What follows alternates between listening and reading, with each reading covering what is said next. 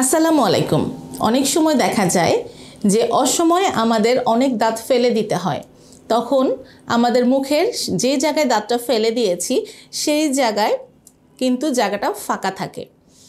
আজকে এই টপিকসগুলো নিয়ে আলোচনা করব যে দাঁতের এই অংশগুলোতে ফাঁকা থাকলে আমাদের কি কি সমস্যা হতে পারে এবং এই স্পেসটা খালি জায়গাটা প্রতিস্থাপনের জন্য আমরা কি কি ব্যবস্থা নিতে পারি। আমি ডক্টর সাদিয়া শাহনাজ, একজন ডেন্টাল সার্জন।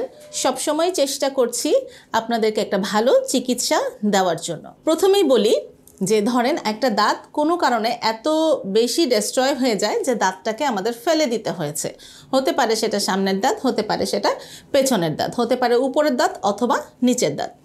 যেটাই হোক, দাঁতটা ফেলে দেওয়ার পরে জায়গাটা যখন দীর্ঘদিন যাবৎ ফাঁকা থাকবে কিছু কিছু প্রবলেম আমরা ফেস করব। এক নম্বর হচ্ছে আমরা খাবারের একটা ব্যালেন্স পাবো না। কারণ হচ্ছে উপরে এবং নিচের এবং পাশের দাঁতের সমন্বয়ে আমরা একটা খাবার কিন্তু চিবিয়ে খেয়ে থাকি। যখন একটা দাঁত মিসিং থাকে তার মানে খাবারটা কিন্তু আমরা ঠিকমতো চিবাতে পারছি না।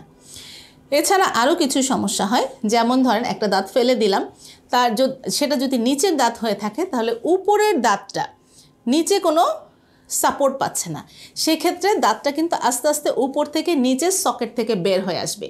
ধীরে ধীরে কয়েক বছরের মধ্যেই দেখা যাবে যে দাঁতটা অনেকখানি নিচে নেমে এসেছে। এছাড়াও যেখানে ফাঁকা থাকবে তার পাশের দাঁতগুলো কোনো শেল্টার না পেয়ে আস্তে আস্তে দাঁতগুলো কিন্তু হেলে পড়বে।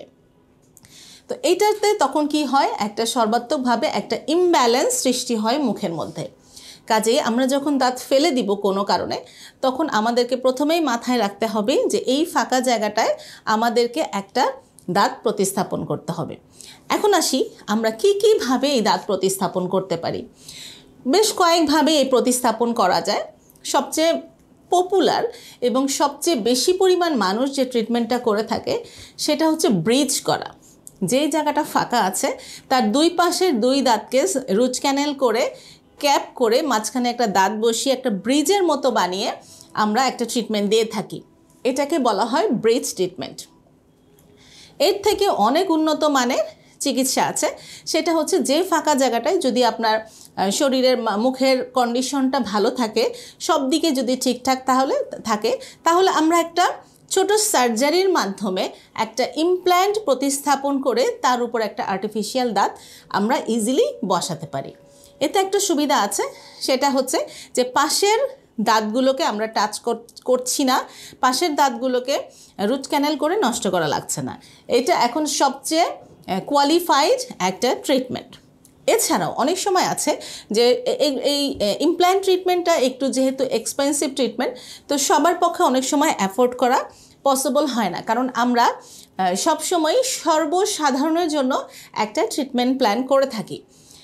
তো এই ধরনের ট্রিটমেন্টও যদি করতে কেউ সমস্যা হয়, যদি করতে না পারে, সেক্ষেত্রে সেখানে সে একটা ডেঞ্চার প্রতিস্থাপন করতে পারে, যে আর্টিফিশিয়াল একটা দাঁত, সিঙ্গেল দাঁত অথবা যে কয়টা দাঁত না থাকে সে কয়টা দাঁত। এটা হচ্ছে টেম্পোরারি, মানে আপনি ইচ্ছা করলে এটা খুলতে পারবেন আবার লাগাতে পারবেন। তারপরও আমি বলবো যে দাঁত ফাঁকা রাখার থেকে, স্পেসটা ফাঁকা রাখার থেকে যে কোনো একটা ট্রিটমেন্ট আপনাকে করতেই হবে। এতে আপনার মুখের ব্যালেন্সটা থাকবে, আপনার কথা বলার ব্যালেন্স থাকবে এবং সেই সাথে স্পিচের ব্যালেন্সটাও থাকবে এবং আশেপাশের দাঁতগুলো নষ্ট হয়ে যাবে না। তো আপনারা যদি এই ধরনের কোনো মিসিং স্পেস থাকে অবশ্যই আমাদের সাথে যোগাযোগ করবেন। আমরা সর্বাত্মকভাবে আপনার সুবিধা অনুযায়ী আমরা একটা ট্রিটমেন্ট প্ল্যানের ব্যবস্থা করে দিব, যাতে আপনার কথা বলা, খাওয়া সব কিছু অনেক সুবিধা হয়। ধন্যবাদ সবাইকে।